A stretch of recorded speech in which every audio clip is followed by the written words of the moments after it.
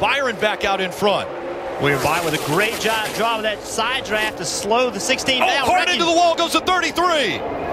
He collects the 5 of Michael Annett. Caution comes out.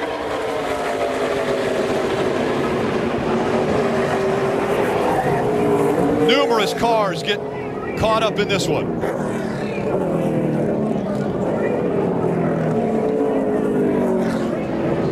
Brandon Jones in the 33, Michael Annett in the 5, the 2 of Ben Kennedy, the 40 of Timmy Hill.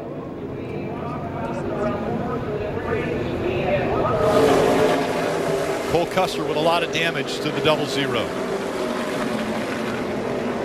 It just felt inevitable. There was just so much pushing, so much banging, no one doing anything wrong. They're fighting for their race team, their fans, their sponsor, but you can only get away with it for so long, and finally the pushes and the runs just became too much.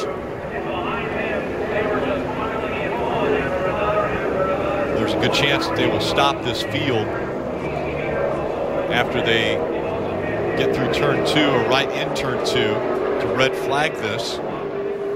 It will end under overtime. As you see the 16 crew working feverishly to try to do all they can before the red flag comes out, because once a red flag comes out, they have to stop working on the car. Michael Annett making it into the ambulance. He'll go to the infield care center. Michael Annett had such a good run going, as you said, Jeff, just looking for a bright spot. And Michael Annett and Brandon Jones both, once again, just got caught up in something. Ryan Reed, I know he's not going to be a race winner today, but what a job getting into this race. Being in the conversation at the closing laps, had fought his way up, had the lead. Hi, red's out, red's out. Red's out. They can't work on the car anymore. You see steam coming out of some of the cars.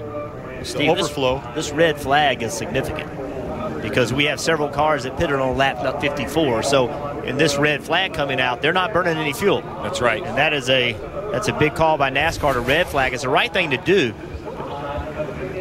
You see right here, Brandon Jones is just pushing, trying to get that run, pushing Eric Jones in front of him, who's into the rear bumper of Ryan Reed, and basically the push just gets too much. Justin Allgaier pushes the back of Brandon Jones. He gets into the outside wall, and from there, it's a chain reaction. And you may say, well, why does Justin Allgaier get in there and push when, you know, the line in front of you is getting stacked up? Because you can't see. You have no idea what's going on 2 cars in front of you. So Justin Allgaier, he just knows he needs to push Brandon Jones. He's got to push him to make something happen, but he can't see the cars in front of him are having trouble. And you see right here, this is what happens. They just get stacked up. The 20 is into the 16, the 33 is into the 20, and that's all it takes. He kind of either loses a little momentum or the 7 just hits him too hard.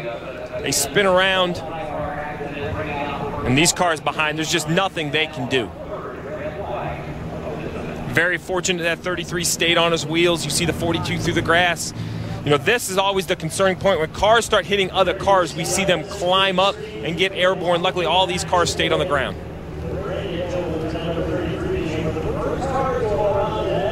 It's plate racing. It's Steve, you said they're all racing. They're racing for their teams, their fans. This is the nature of plate racing. You have to push. You have to shove. If you don't, your line never moves. But when you do push and you do shove, we have these incidences. And it's, listen, once this wreck starts, it's, as a driver, you know, it's a terrible feeling. You're hoping you don't hit anything hard. You mentioned it. We've seen so many incidents where cars start flipping. It's a terrible feeling for a driver.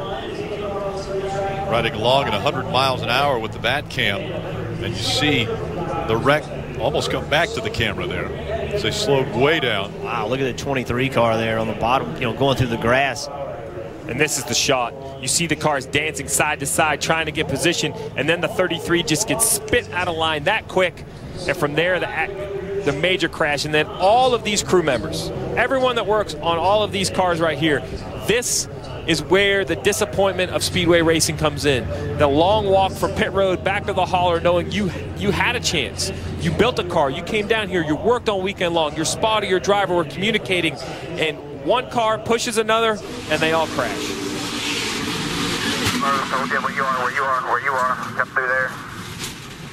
That was from Matt Tiff's perspective, 19 car. Look at all the grass inside the car. Yeah. All the crush panels get knocked out of the car, and just everything flies inside. 33. Brandon Jones into the wall. Comes back across, collects Michael Annett in the 5. And as you mentioned, those two cars sideways in front of the rest of the field. Now it's luck. Michael Annett collected the 7 of Justin Allgaier. Well, this was the crash that we all felt was coming, but even leading up to this, we saw some huge moves, huge blocks. Joey Logano had William Byron all the way down to the double yellow line, getting into turn 1. And then on the backstretch, William Byron shoving the 22. Finally, he got squirrely or loose, and somehow Joey Logano went a little agricultural, but somehow made it. You see right here, Joey Logano leading the race, and you see, I think it started behind the 9. It looks like the 16 shoves the 9. The 9 has to correct, and as he moves across the rear bumper of the 22, it spits the 22 out of line.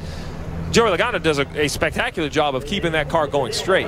Yeah, the 1 shoves the 16, the 16 shoves the 9, the 9 shoves the 20. You know, it's just a chain reaction. They're all just pushing each other, trying to win this race, and ultimately it just pushes Joey Logano off the racetrack.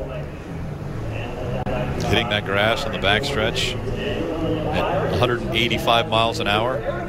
Grass collecting on the splitter and the front bumper. Right along. The 20 popped up there while we were defending. Stay with the 9. There you go. Big shove. Working in the middle with the 3 behind them.